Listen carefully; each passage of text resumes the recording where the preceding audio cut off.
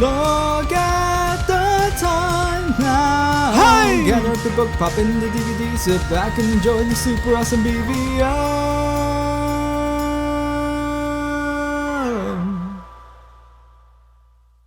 Yarr!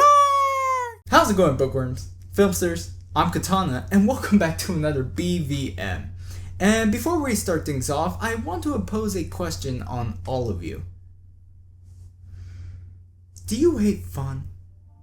Are you considered a boring person? Have you ever thought that you were so different that you just wanted the rest of the world to get on your level? What if you were ever to get rid of crime, overpopulation, sex? Would that make the world a better place? Would that bring tranquility and peace to our universe? Well, if you said yes to all that, I think you're ready to see The Giver. That is all. Let's begin.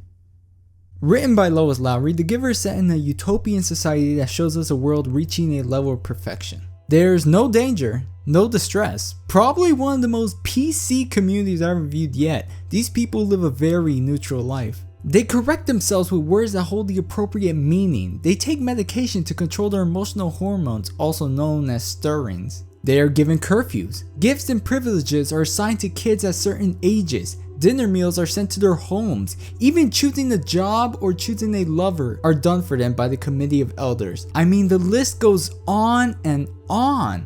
It's all absolutism, but with a smile. And with a system so well developed, our plot just has to come in and take it away. The story focuses on Jonas, just an everyday 11-year-old in this bland community. The perfect role model citizen who follows all the rules. He volunteers at a nursing home for the old. He goes to school, preparing for his 12-year ceremony to contribute to this society that raised him. But when that day comes, he's singled out and considered special for the job as receiver of memory. It will be his duty to take over past memories and responsibilities from the previous receiver, an old-looking man with more knowledge than the whole community combined. Once Jonas begins his training as receiver, he's starting to like what he's seeing. But as it continues, he undergoes a new perspective on the life he's been living so far. One boy, one man, and a crap ton of crazy memories, both good and bad. So, who are we dealing with today? Jonas is our protagonist. As I said earlier, just picture him as a poster child for the community. He's rarely breaking the rules, isn't much of a dreamer, and just wants to do his part like everyone else. But he has this rare ability that the committee of elders call seeing beyond, which is a key point for him becoming the next receiver. Oh, the tragedy of the protagonist's curse. He can never live such a normal life. The Giver is the current receiver whose job robbed him of age. He was responsible to train Jonas to take over his job, which is to hold the memories of past generations and become some tool for the committee of elders to use when needing knowledge. He's very careful with how he passes his memories and treats Jonas as if he were his own flesh and blood. Father is Jonas's dad, who works at the nursing center as a nurturer. His job revolves around taking care of newborns and preparing them for family units. But how can that be if the raging hormonal urges are repressed, meaning no sexy time? Well, there's a job called birth mothers whose only function is to conceive life. Only makes things weirder thinking that a family unit is basically made up of orphans raising orphans. Mother is Jonas's mom, who works in the Department of Justice, and to be honest, it's kinda cool seeing the dominant role switching between mom and dad. Don't really see that too often. Lily is Jonas's sister, who's just as innocent and oblivious as he is, probably a little bit more curious and willing to speak her mind about weird customs and feelings that come her way. Gabriel is a baby father brought in from the nursing center to try and raise it so it can be given a chance to be part of the community. Jonas builds some relation with Gabe since they share the same colored eyes. Asher and Fiona are Jonas's friends. Asher is more on the comical side, while Fiona is pretty much eye candy for Jonas. All the same, they spend time together and volunteer at the House of the Old with Jonas before being separated by their 12-year jobs. Yeah, sorry if the description seemed a little thin at the end, but aside from Jonas, the Giver, Gabe, and some parts of the father, there really wasn't much development for them. They don't show up as often as you would think. But more on that later. Let me start with what was not so great about the book, because most of my beef happened within the first half. I know that's mainly there to set up the community and establish these rules and customs to the readers, but in my opinion, I think it dragged on just a little too long and started to become boring. But there really wasn't anything impactful or interesting to begin with, because that's how the setting is. It's supposed to be a place where all the interesting and wild aspects of society are removed, so I can see where the difficulty lies in trying to make this fun. The weird ass rules do help a little, but not enough.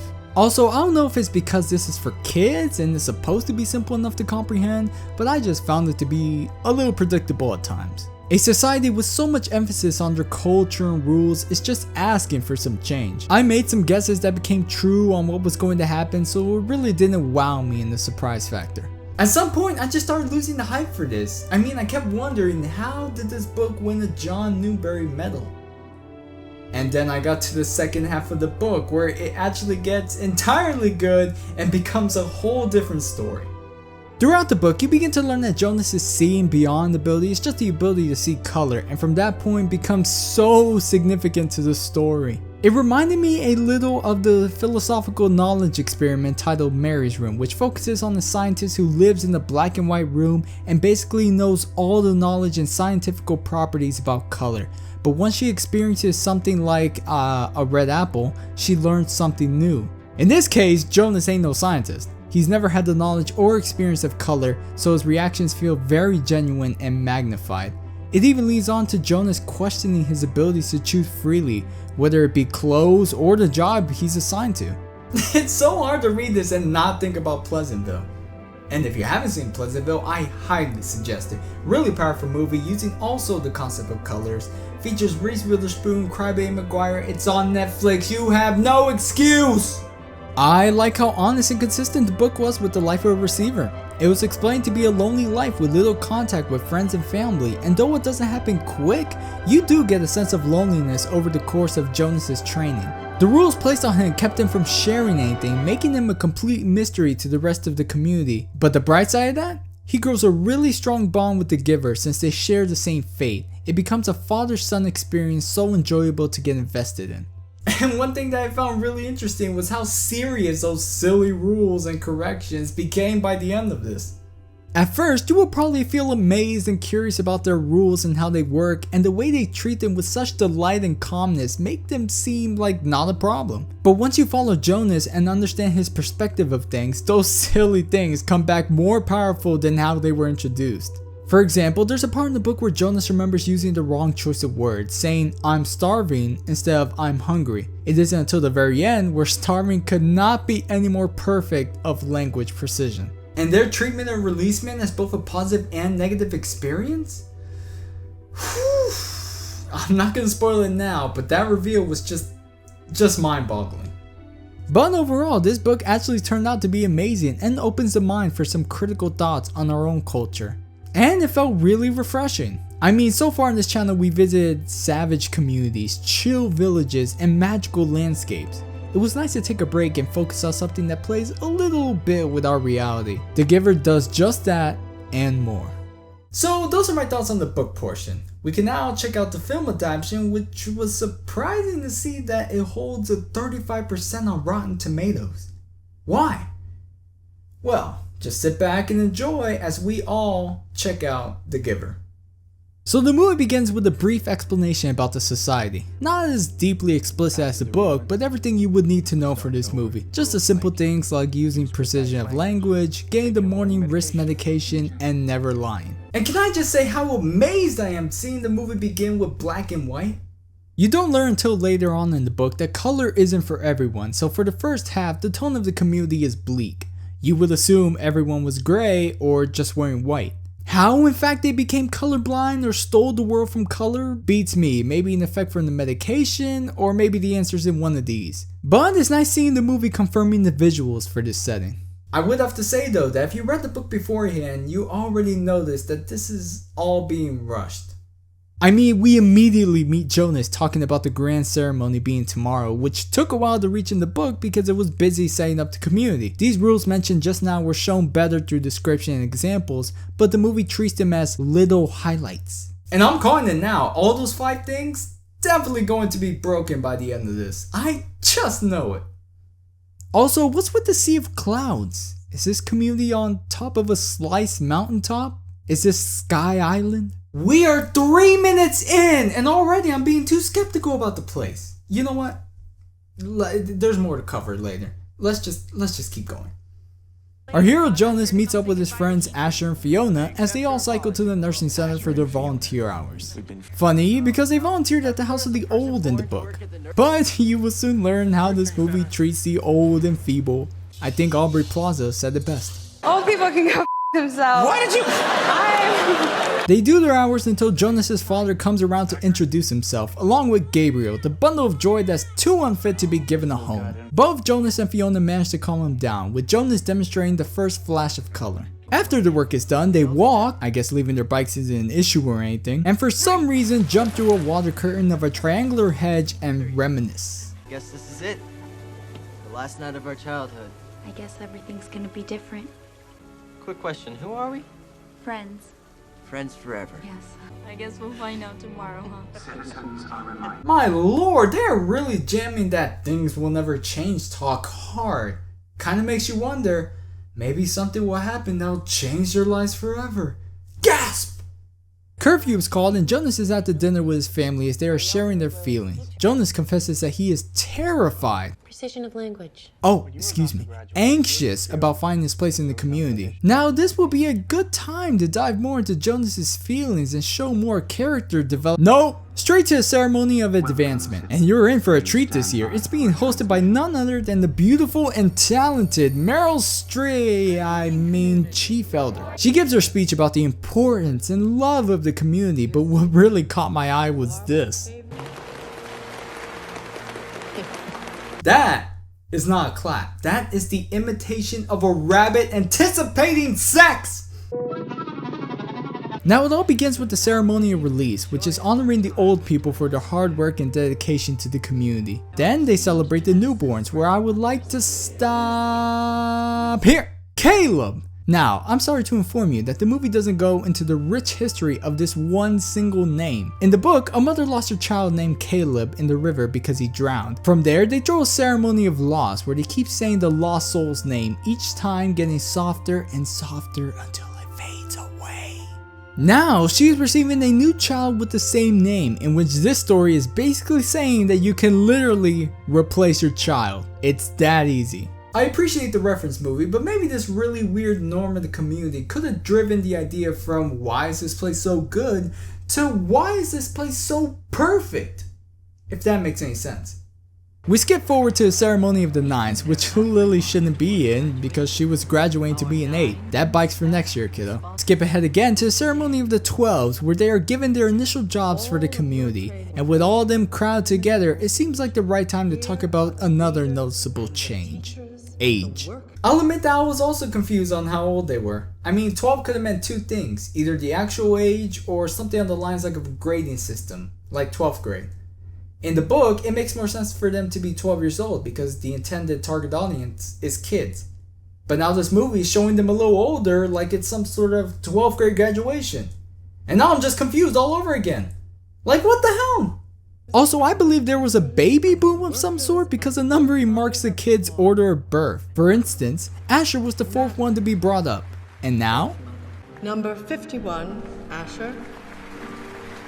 That's fine, that's fine. A number is just a number. As long as the elders understand his personality, his charm, his comedic nature, and put him somewhere where his talents can flourish, such as to the assistant director of recreation. Drone pilot.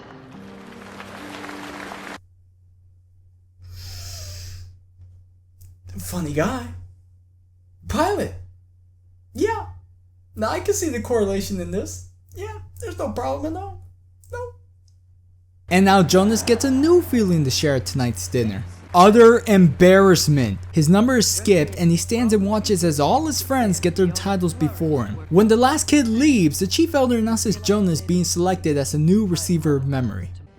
Jonas has not been assigned a position. Jonas has been selected. Jonas possesses all 4 attributes: intelligence, integrity, courage, and one I can name but I cannot describe: the capacity to see beyond.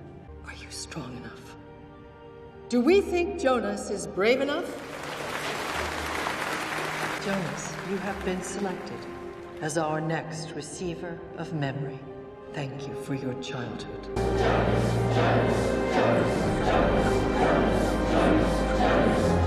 Jonas! Woo-hoo! Jonas! Yeah! Woo! Man, it really didn't sound like he had much of a choice there. Are you strong enough? Do we think Jonas is brave enough? Nope, not a one. Jonas goes back home to listen to his new instructions narrated by Old Man Bridges, aka the current receiver. He claims to tell 5 rules when there were in fact 8. He has to go immediately to the training house, can't take medication for training related purposes, can't talk about training with anyone else, can be rude and ask people questions whenever he wishes, and now can lie. What wasn't mentioned was his restriction to share his dreams and apply for releasement. Which I don't understand why the last one wasn't mentioned, because it actually kind of ties into the story. I really don't know. Jonas rides his bike to the edge of the world where the receiver lives, who explains his job to hold the memories of the past. These memories have been passed down from generations, in which a receiver uses to provide wisdom and knowledge to both the elders and the community. They waste literally no time with preparations, as the receiver cuffs Jonas's wrist instead of putting him on the bed, and takes his mind to a snowy forest with a sled. This scene definitely captures the purity and enjoyment that Jonas is feeling for the first time. However,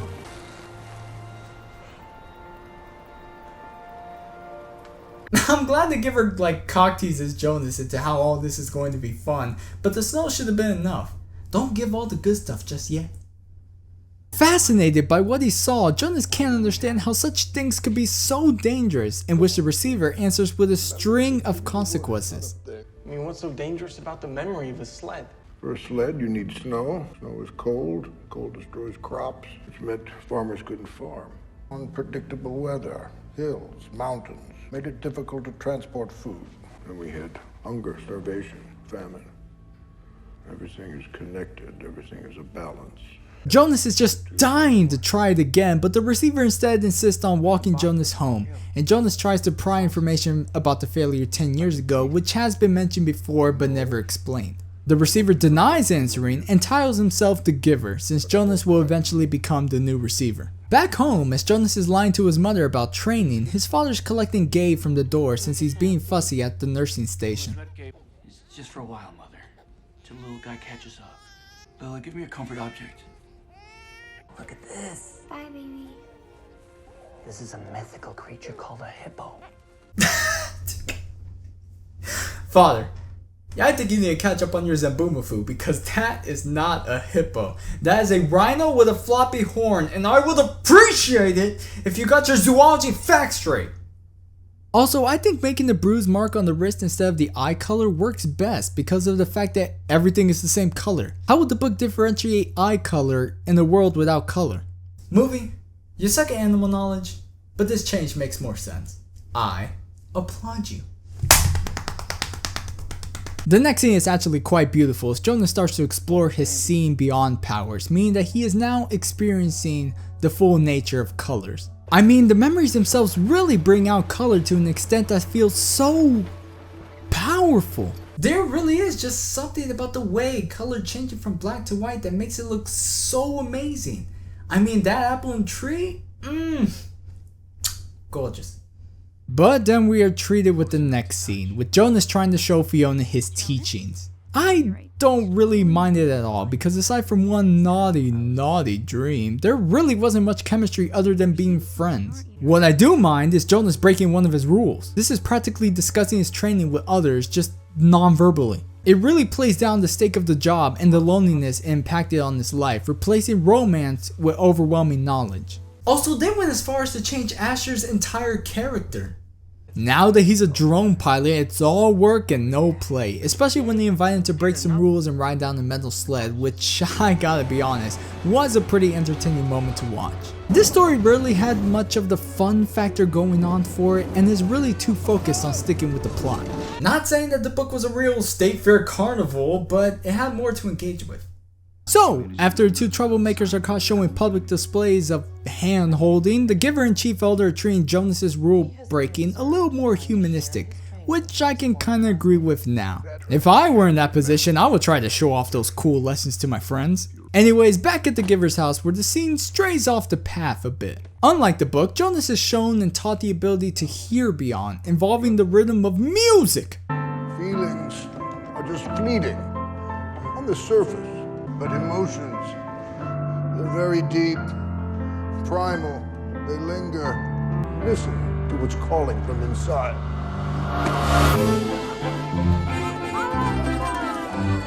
There's really no fault to this scene. Sure, Jonas doesn't get to experience music in the book, but it does follow the pattern of good memories. And he's going to need it once his training gets a little bit more challenging. The next scene shows Jonas showing off his knowledge again, and this time the Chief Elder confronts the issue. Two things I want to note. First, Fiona couldn't have been more time when the Chief Elder asked Jonas if he was focused on his training. Second, why is there so much focus put on the Chief Elder? She wasn't that much present in the book. It kind of distorts the conflict of the story being man versus society and just painting it all on one person. But hey, it's Meryl Streep, so screen time, I guess. Next up is a montage of Jonas's training and the ever-growing bonds he's making with the Giver. And finally comes the time where Jonas experiences pain, beginning with the elephant and the poachers.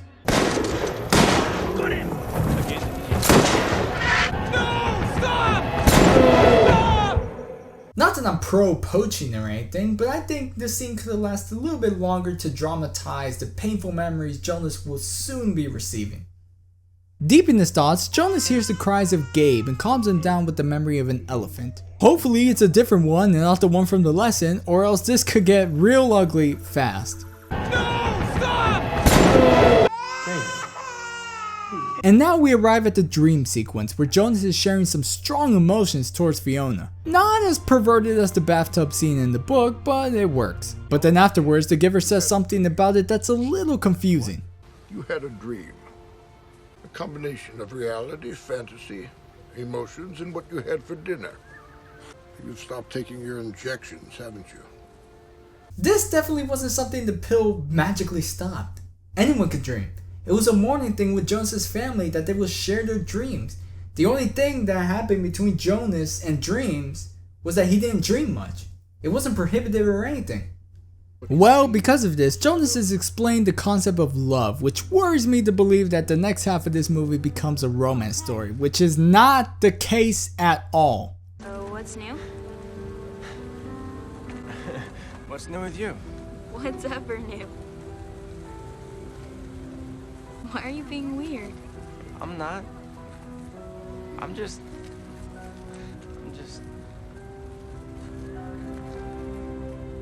Awkward exchange in dialogue? Check. Oh lord, he should have stayed on the pill if I knew this was going to happen. He also tries asking about love in his house, but that's corrected on the spot. Do you love me? Jonas, precision of language. So the only one he can spread love to is Gabe, and at this point I don't know why he just doesn't keep him in his room like the book had it. It would be more efficient to watch him instead of sneaking into his sister's room and making these goofy ass faces at 3 in the morning.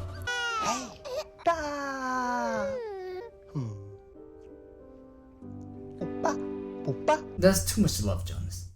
Too much. But as we all know, with love comes hate. Jonas arrives for another day of training where he finds the Giver suffering from a tremendous memory. The Giver grabs Jonas's wrist, transporting him into a time of war. And I'll give props for the movie on this because the book put him in a place where the battle was already over.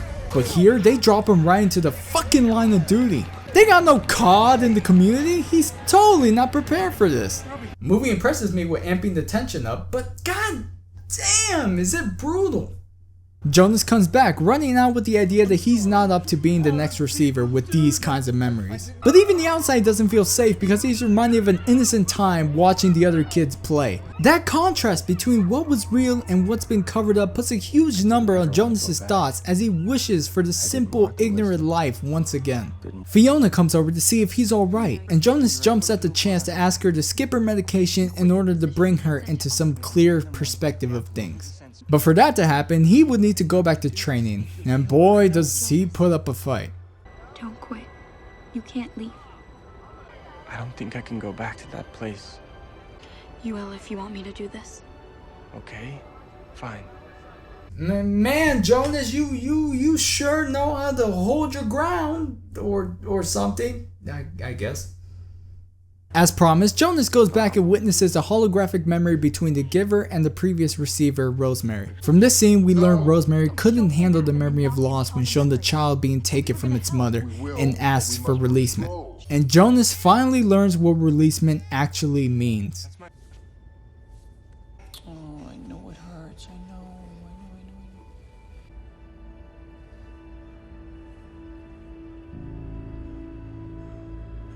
That's death. It's really terrible, but without any memories and highly suppressed emotions, how will they know? They don't know how to feel. And soon Fiona will be trained to do the same. Speaking of Fiona, Jonas finds her waiting at the triangular spot, and with 2 teens off their pills, things can only go one direction.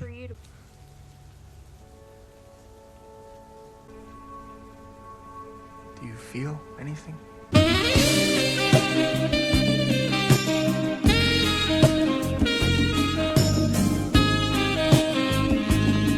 On the one hand, I'm a little glad that this relationship is touched upon, but it's getting to a point where it can overshadow the point of the giver. This is not a love story. Cool your hormones! No! It is not! Fade away, fade away.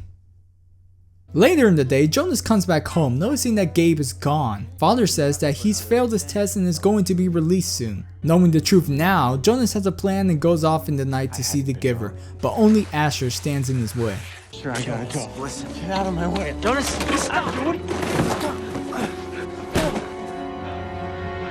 Ever wanted to see how boring people fight? Well, there's your answer. The most intense punch in cinematic history since the McFly bullet.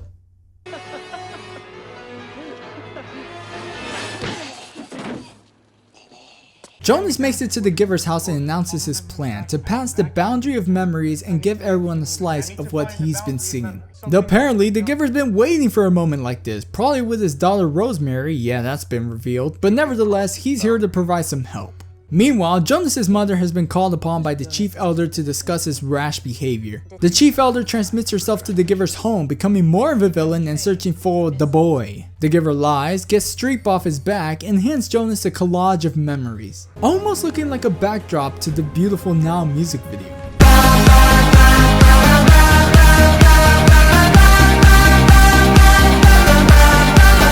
Jonas starts riding towards the nursing center to rescue Gabe from releasement. I would say that these next couple of scenes definitely deliver more action-packed tension to the movie since the book never had Gabe taken to begin with. He was still at the house ready to be taken by Jonas and his little escapade. But if that were to happen, we couldn't have Fiona coincidentally working the center that night and unwillingly help Jonas since she's kind of his boo now. Fiona, please.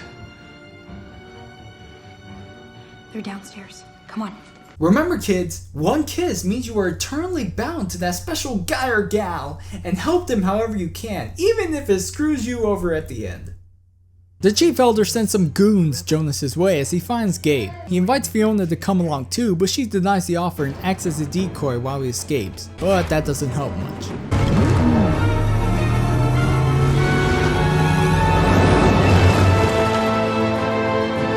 This isn't E.T. Life doesn't work that way! By miraculous luck, Jonas survives the jump and begins to travel the world with Gabe on his side. Returning to the world of Grey, the chief elder busts through the giver's home and imprisons him in some glass cell alongside Fiona. I really appreciate how the movie is giving us another perspective once Jonas leaves the community, but I'm a little skeptical about where this might be going. With one front being maintained, the chief elder gets Asher to find Jonas out in the world. He finds him walking in the mountain region and confronts him. Jonas tries using the friendship card, but sprints away before even getting an answer. Asher beams Jonas and Gabe to the drone where oh my lord, he's about to murder. I do trust you, Jonas. I trust that you will make this impossible jump and still keep the baby alive! Of course, Jonas survives this, and Gabe too. The Chief Elder is fooled, and Jonas continues to look for that boundary. Through hot climates and freezing terrains, the only strength guiding him are his warm memories. Simultaneously, Fiona is being set up for releasement. During that process, the Giver and Chief Elder enter another argument about allowing memories to come back and accepting the raw powers of emotion. And they both make really good points. Do you know what that's like? To love someone? I do. Then you should know better than anyone. You know what it feels like when men blow each other up. Yes. Over a simple line I in the do. sand. I do. You and Jonas want to open that door again. Bring all that back. If you could only see the possibility of Why? love. With love comes faith, with comes hope. Love is just passion that can turn. We could choose better. When people have the freedom to choose, they choose wrong every single time. After passing out, Jonas wakes up to see the sled from his first memory. It then becomes a race against time, with Jonas riding down a slope and Fiona getting ready for a needle in her wrist. Luckily for her, Jonas slides through the boundary, sending the memories back to the community. And this right here is another great scene. If Jonas's reaction was magical, the whole community finally getting the experience is a sight to behold. Yet I would have to say that the good to bad memory ratio is really one-sided. In the book, the Giver stays back in the community because he knows that if Jonas unlocked the memories, there would need to be someone to explain those memories. He worried that it would cause a massive riot of confusion with the mixed clusterfuck of delightful and terrifying memories. So why doesn't this movie do that? It only glorifies the happy moments to create a touching ending, but that wasn't all Jonas's mind had to offer. There were some bad memories, most of which were sent to the villain of this movie, but they don't explore that aspect or show any confusion that people might have of what's going on. They just go along with it, easily. Just a few more distressful memories could have made this moment true to the source material. Maybe showing some of that protest again, maybe another poaching, the Super Mario Bros. Movie, I don't know, something. But anyways, Jonas finds a cabin in the woods, and as One Republic begins to play, the Giver comes to an end.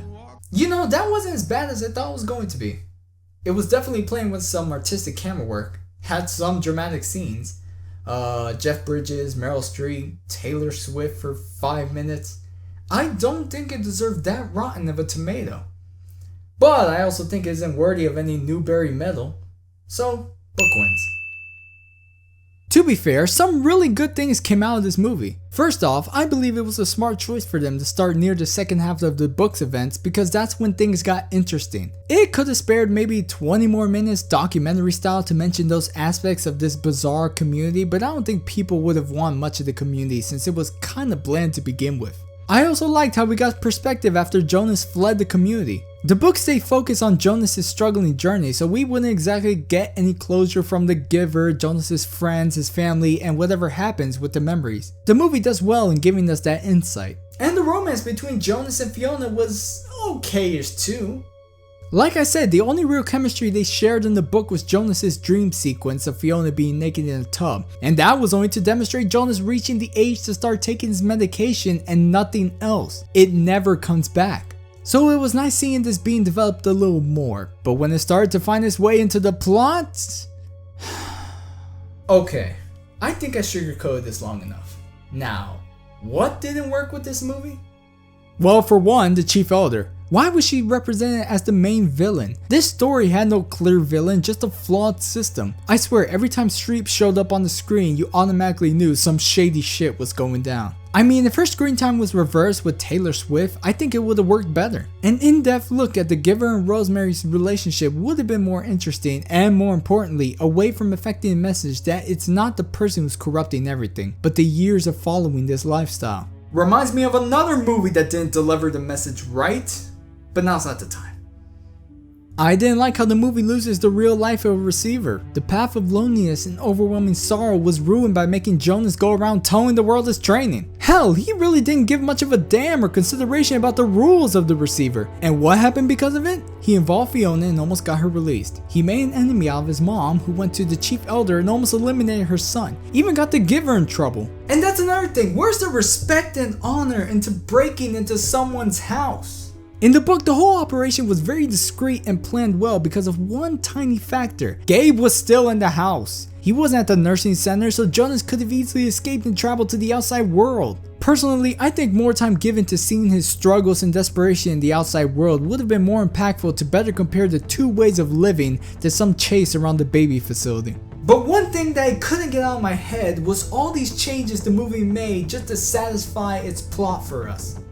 Like the elders, this movie fabricated the characters for their own desires. Asher became a pilot just so we could be the one looking for Jonas at the end, giving the scene a bit more tension. The House of the Old was replaced with the nursing facility because, again, fuck old people, and this was apparently the only interesting feature the book had to offer. Even Jonas and Fiona's love felt forced, so Jonas got someone to help him through the nursing center and escape. They were fine as they were in the book, but it annoys me to see their individuality manipulated to appeal to the movie's structure. And for those two, after all that's been said and shown, still think this could work, let me tell you this. The initial idea for this to work would be to take all the memories of the past and start anew. But that begs the question of how much memories have been taken. Take for example the whole elephant hippo situation. I made a joke about it, but also found something interesting about that scene. How would father know what a hippo was? I can't imagine there's no zoo because animals feel non-existent in this universe. So it was not all their memories, but just the ones the elders consider inappropriate that might get in the way of their mission to create utopia. But it's not a utopia either. Releasement is the same as death, and not the natural way either. They are injected with lethal components and die. It's practically murder, but the people don't know that. The only time you do see it is with a baby, but they're unaware and can't give a confirmed reaction. I am to believe that these people don't mind on some level because that's how they grew up. They were born to obey the rules and accept whatever is given to them without struggle. So the only way this kind of society can live is through lies and control of free will. The elders don't own any of those Men in Black memory wiping gadgets, so they move to option B and dump all the bad memories and chaotic ideas on one person, making them a risk factor to screw the whole operation up. I mean, this movie is a perfect example of that. And then it all just comes down to two choices. Would you rather live in this safe environment but lose your freedom? Or would you rather keep your freedom and live in this unpredictable world of chaos and order? I'll leave that for you to decide, but all that came from the book. It didn't need a romance, didn't need a concentrated villain, but a powerful message that makes readers reflect on themselves and critically think of the world and the rules we live by. That's why the book wins today. I'm honestly a bit peeved that I never got to read this in school, but I'm so glad I found the time to do it now. And with that said, those are my final thoughts on The Giver. And if you don't agree, well, definitely read the book, watch the movie, and make your own opinions. I'm Katana, and I think it's about time we go back and check on Catnip and Friends and Catching Fire. Yeah, I've been listening to the words of you people. Yo Katana, when you gonna review Sea of Catching Fire? Yo Katana, when you gonna review Godness Everdeen and the Goblet of Catching Fire? If there's one thing I can do, is give the people what they want. Be excited for that, and I'll see you next time.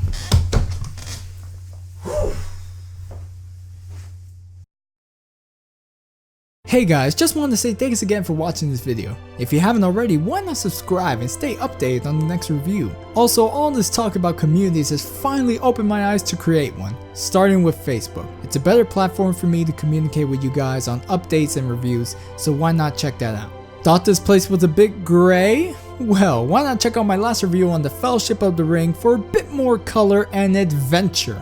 Got a book/movie review you'd like to see me do one day? Well, leave it in the comments down below and I'll be sure to check it out. God, I feel so tired. Precision of language, please. But that's what I mean. That's what I legitimately mean. Precision of language, please.